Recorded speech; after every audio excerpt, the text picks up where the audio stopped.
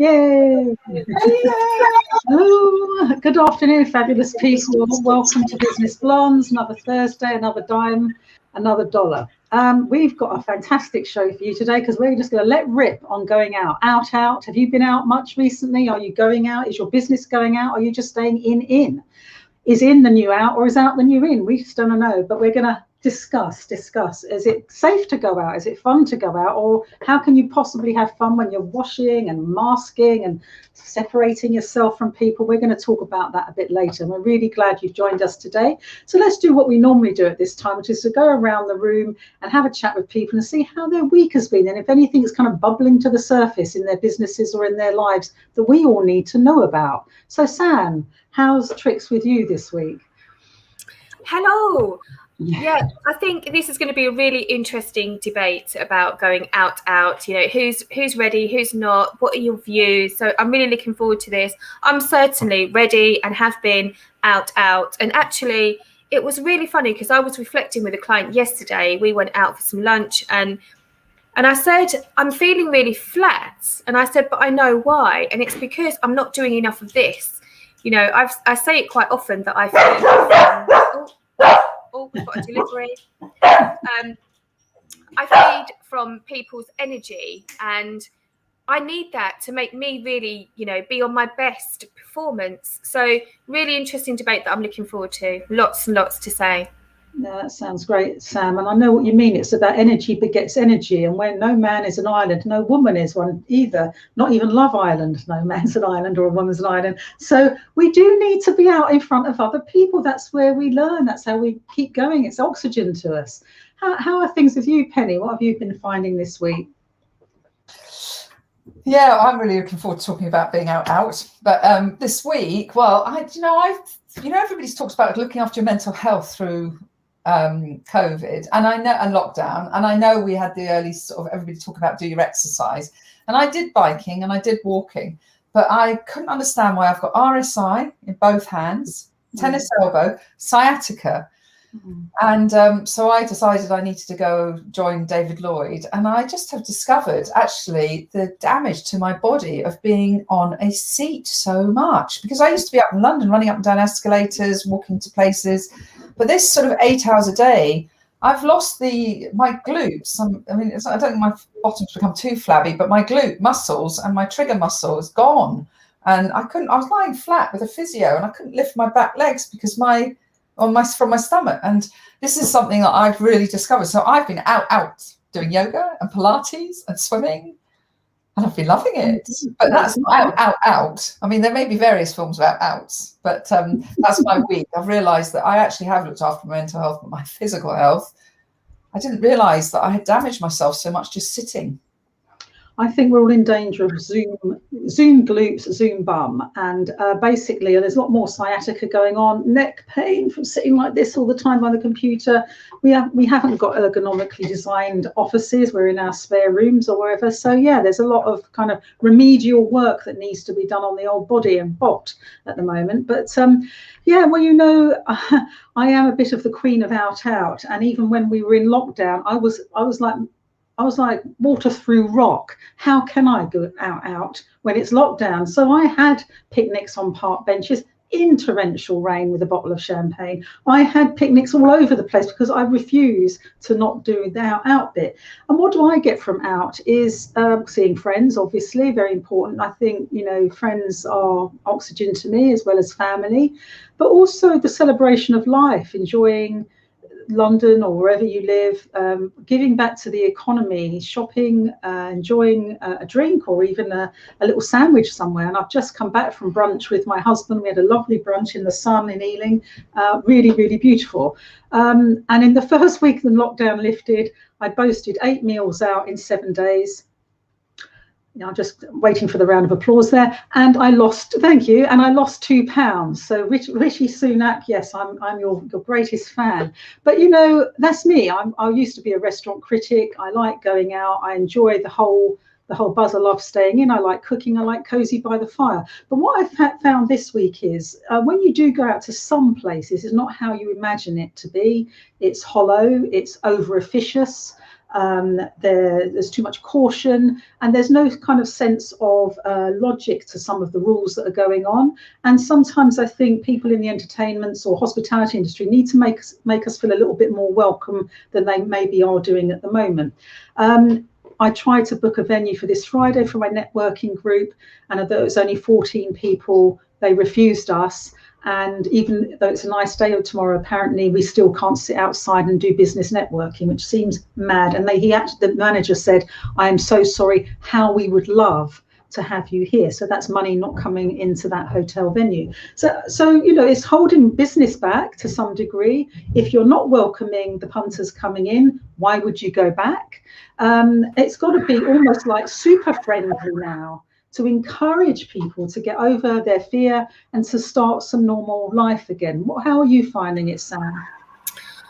I think you've made a really good point there. I don't necessarily think that it's business people holding us back now from going out and doing what we used to do and trading face to face and holding face to face meetings or consultations.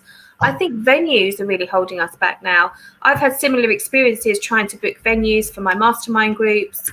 You know, these are really intimate groups of less than 10 people, and still, you know, hotels are really struggling to find the loophole that we seem to find in the previous lockdown.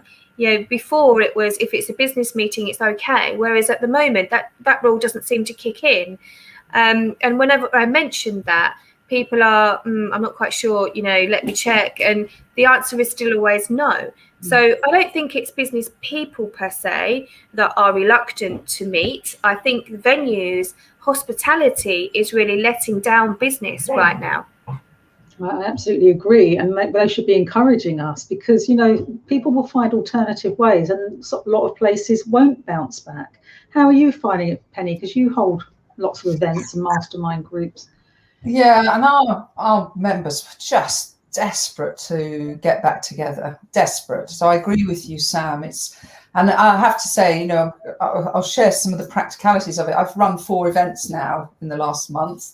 3 mastermind events and a dinner last week.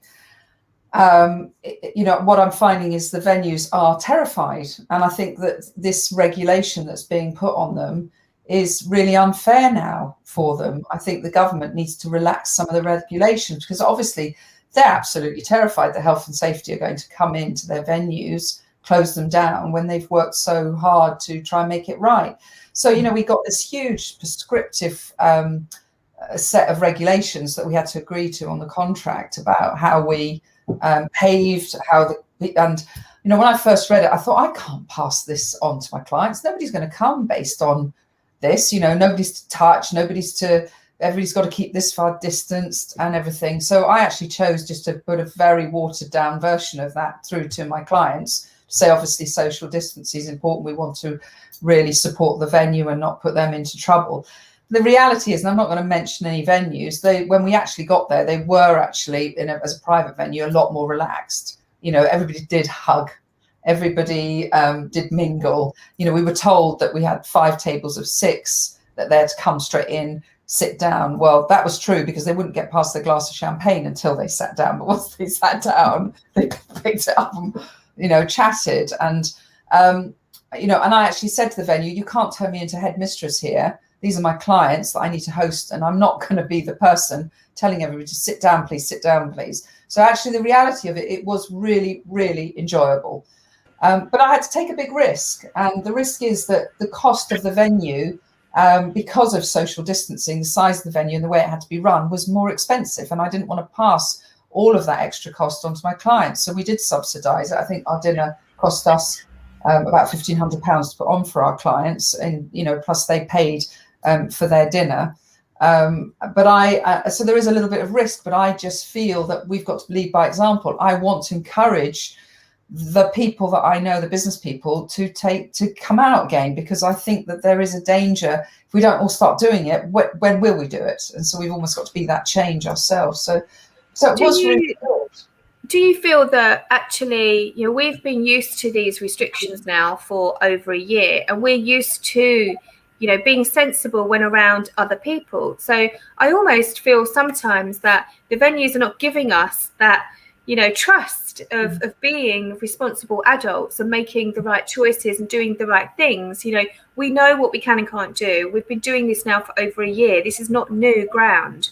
Therefore, I feel a little insulted that the venues are not trusting us to do the right thing, because at the end of the day, we don't want to put us or our clients at risk.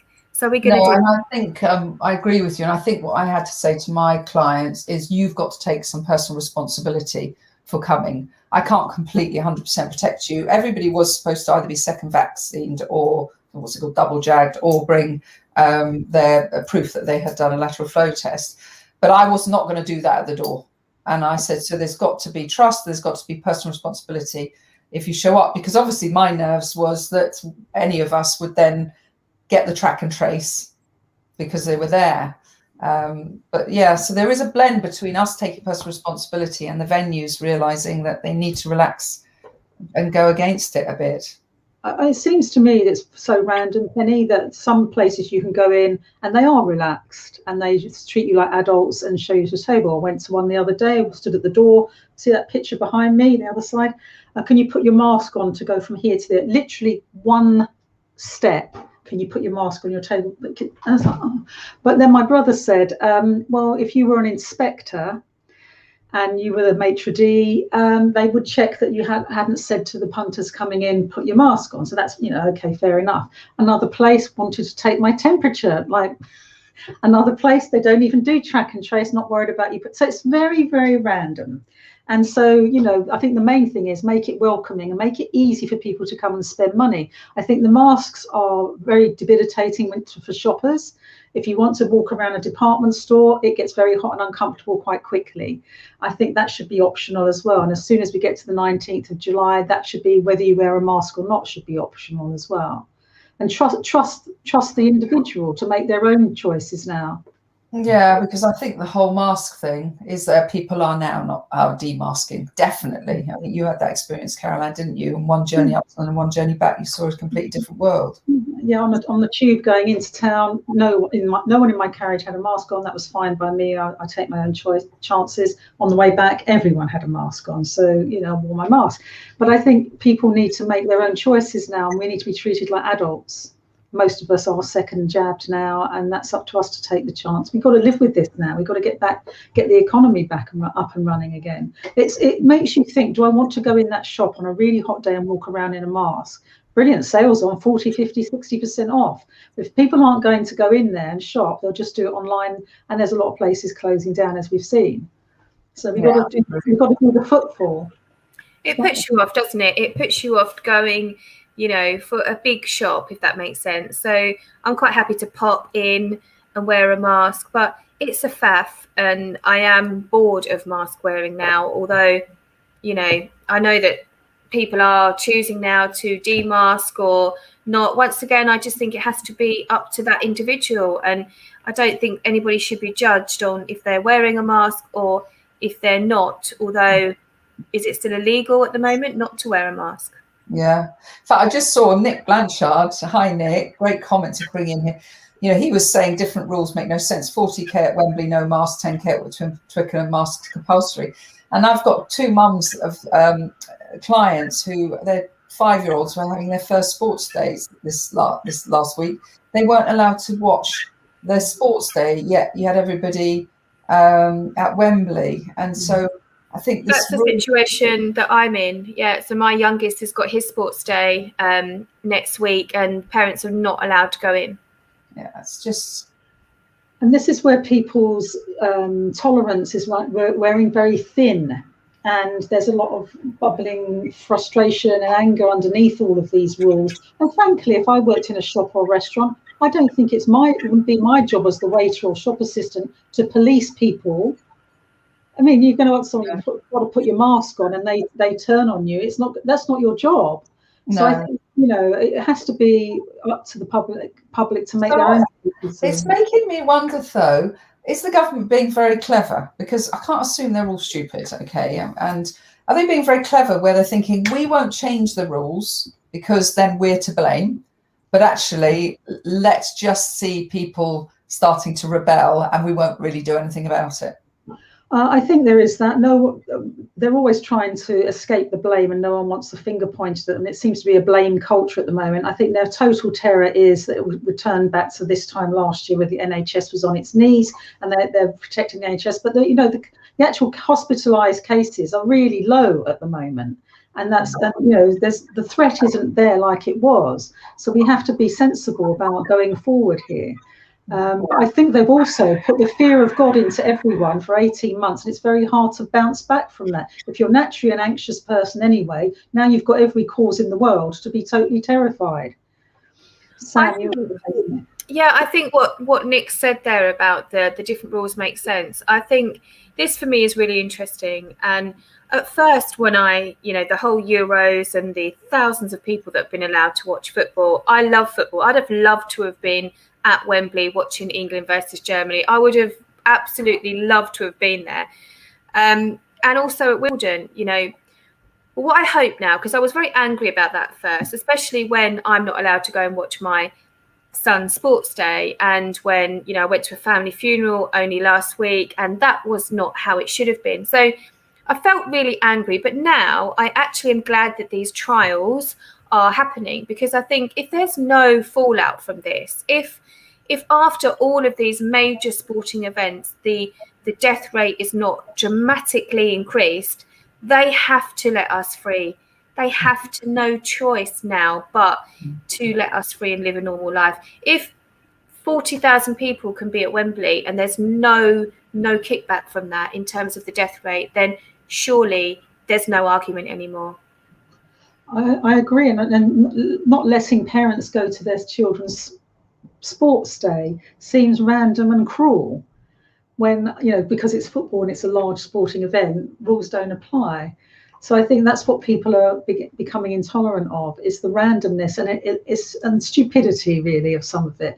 But wherever possible, I'm a great fan of shop local, help your small independents, because they're on their knees too. Even if you're going to buy a coffee or a sandwich to take out, do it, help them along. They're really struggling. They need us to kind of support them. Otherwise we're going to have empty high streets soon, and no one wants to see that. Yeah. So Caroline, I've just noticed, Nick, can you answer if I'm right here? Because I just looked you up on LinkedIn. You run Zoco networking groups, if I'm right. Tell me on our chat if I'm right there. And I know, Caroline, you were saying that your networking event wasn't able to go ahead. And I know Nick's has been, because I saw it on Instagram. Nick used to be part of Fabulous Networking too.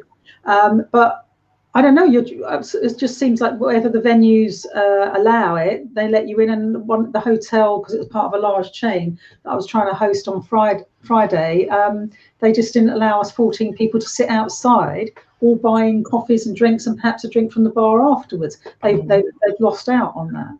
But we're just going to have to be so patient. But it's the last push now. But what was it Boris said, the irreversible restrictions? i.e. they will lift them all. It doesn't sound like that's ever going to happen. There'll always be some form of curtailment and control and compliancy expected of the public, and that's not freedom. Today I thought, am I allowed to do this as I was going in a shop? It's that feeling. Am I allowed to go in here? Can I use this door? Can I go upstairs? That's still sort of, and I'm quite outgoing and going out, but even I was thinking, is it okay? So there's that sort of horrible sense of still containment going on, and that that's a kind of psychological burden of all of this. Is, am I allowed? Do I want to? And once I do go out, is it worth it? Because if people aren't going to be welcoming, friendly, and if it's not going to be fun, I won't go back, because money's short for a lot of people. A night out is a big thing, and it's got to be good. So I think that everyone, and I think the entertainment industry and the hospitality industry are making such demands of the government, and they're not listening. No, they're just not listening. So I suppose we've got to create balance here. And Gary Nuttall has said, nearly 2,000 Scottish fans infected after they came to London. They may not die, but please don't think of just body count. impact on healthcare of long COVID will cause greater harm to the economy and NHS. And of course, Gary, we know there's a balance, but I think what we're talking about here is the confusion of the rules. And as Caroline says, this feeling that, you know, we could just step into a world now where we are controlled and we don't have that natural sense of freedom, and we can't move into that world. We can't accept that world completely. But I also think, Gary, that's a really, really good point. Thank you for posting that. And I think that, you know, if that's true, then again, that goes back to my previous comment on it makes me angry again. Why are we allowing this? You know, it's about money. It's purely about money. And therefore, if it's about money, why can't the same rules apply to small businesses who are also trying to make money, to hospitality that's trying to make money? We can't have one rule for one and one rule for another. We can't put 2,000 Scottish fans at risk of, you know, of infection where they've actually tested positive, according to Gary, and, you know, the long-term effects of that's going to have on us. You're very right there. So don't do that and then not allow us to trade. That's not fair. And fair is the biggest value of mine that I really struggle to come to terms with that. But thank you for posting that, Gary. Yeah. And actually, you know, well, for my own business model, and I'm loving the fact that we've gone back to building an online community, of course, and we still met for these meetings, these monthly dinners. But the online, you have to have a lot more clients online than you do offline, you know. So, you know, our offline mastermind, for example, is £1,000 a month. Our online community is 249. So, you know, in my own formula, you need 4 new clients for what we used to have when we were doing offline, and that must apply a lot to this online world. You know, so I think we have to think, yeah, it's great we've all pivoted online, but actually for the economy, you know, are we actually going to be able to build the size of businesses that we want fast enough if we just stay online? I agree, and for some of us it's been a godsend that we can pivot our businesses and work online. But I do think if you want to grow your businesses, people want to be in the same room as you, do business in that way, hold events. Expanding your business means mastermind groups, networking groups, events, gatherings, workshops. That's what we're missing out on at the moment. And there's a timidity about organising anything at the moment, because I tried to do it this week. I've got 14 people signed up, only to be knocked back yesterday. That's embarrassing for me, but yeah, everyone understands right now. But then next month I think, shall I bother? Shall I just hold it again on Zoom? That sense of uncertainty, can I put my foot down or is it going to fall through the floor? We need to have some certainty here to build confidence, to know if I book something, it's all going to be okay. People need to be able to know they can come, they'll be safe, and it's actually going to happen. And we're still in that no man's land of some things happen, some things don't. It's like absolutely random and depends on the owner or the venue, what they do. And personal responsibility. I'm going to be willing to take personal responsibility that even though I'm double jabbed, I might pick up COVID if I go. In the same way, I can't believe that we all used to sit crammed on trains with somebody splutting and coughing their guts out next to me. I took a risk. And, you know, we can't have a blame culture. We've got to take our own personal decisions about whether we go to an event that's being offered. I know everyone talks about it as the young people who've really suffered, and they have. And what I liked about Soho the other day, I was in Soho, it was one of our warm evenings we had. They've pedestrianised a lot of it, and they've put all the tables and chairs across the roads. And it was heaving, and it was a Tuesday, and it was all young people. And I thought, good, this is what we want to see. London coming back to life, young people having fun. You always get a few snippy people in the papers the next day, all these young people being random and not being safe. Let them, my goodness, they deserve it. All the students who had to spend a year in lockdown, my son at Nottingham University, last year of uni, rubbish. You know, absolute rubbish, not even able to go out for a drink, all stuck in the same house together. So, you know, we've got to think about the generation coming up, how this is all, the effect it's had on them, and let them out to play now. Let us all out to play, actually. and do business, which is what we want to do and what we do best. Yeah, absolutely. I think that's it. I think it's time, you know, in the business community now for maybe us to take that stance, maybe for us to start to kick back, especially if after the 19th, things are not lifted the way we want them to be. I think we need to kick back, and we need to, you know, stand together as business people, business leaders, and actually fight back, because we need to trade. We need to trade both online and face to face, just the same as we did pre-COVID. We need to do that now. Yeah.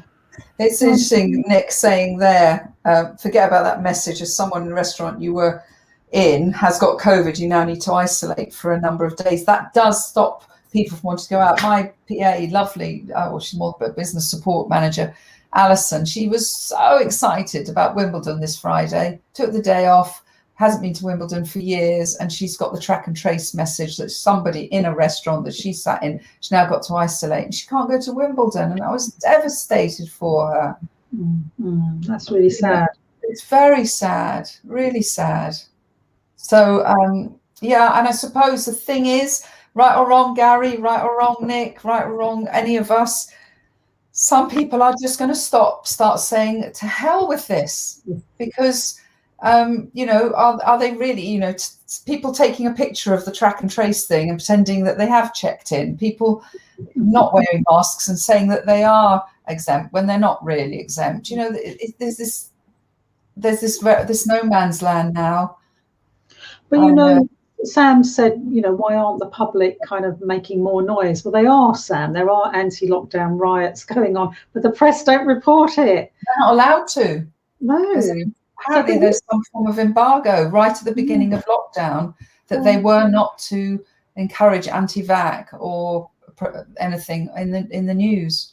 But you know, it's a fine old time for conspiracy theorists to rise up and think everything that's going on now is some kind of plot with lizard-headed aliens governing us, or the Queen's in on it, Biden's in on it, Putin's in on it. It's like, really not, but sometimes it does creep you out. The LTNs came in lockdown, you know, strange things going on. We need to just push against it, and or if you don't want to, don't. It's personal responsibility. So let's give everyone a nice positive takeaway this week.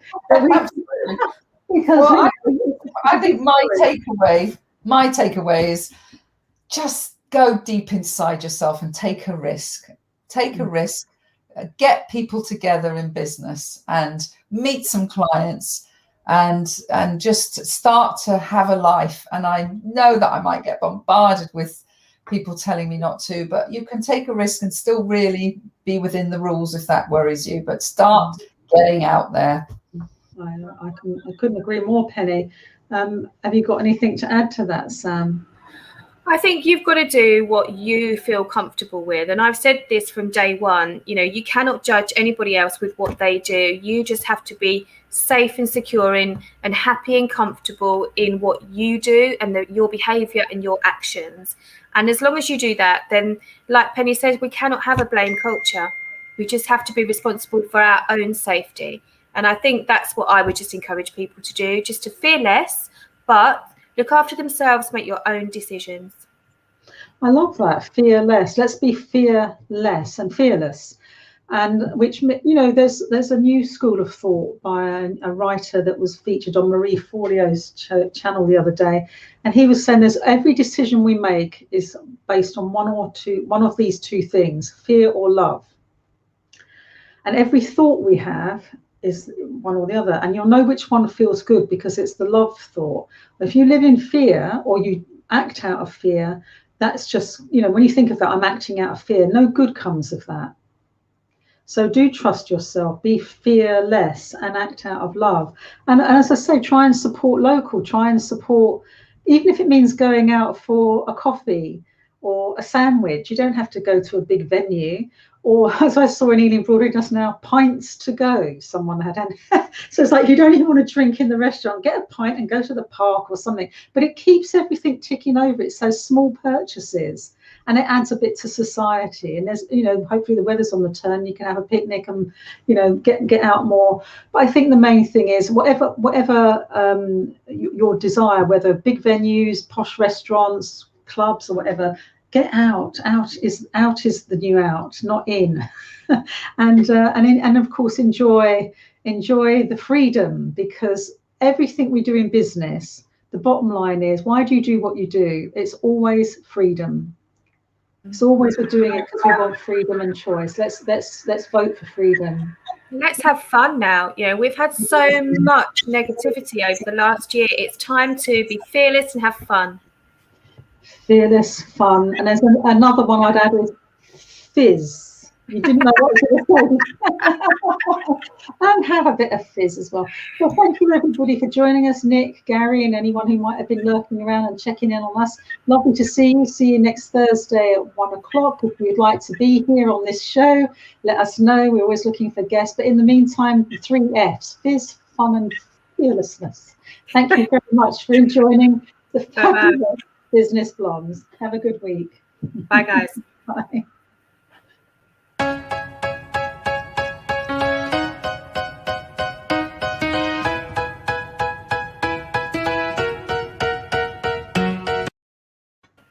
Yay, did it. Brilliant.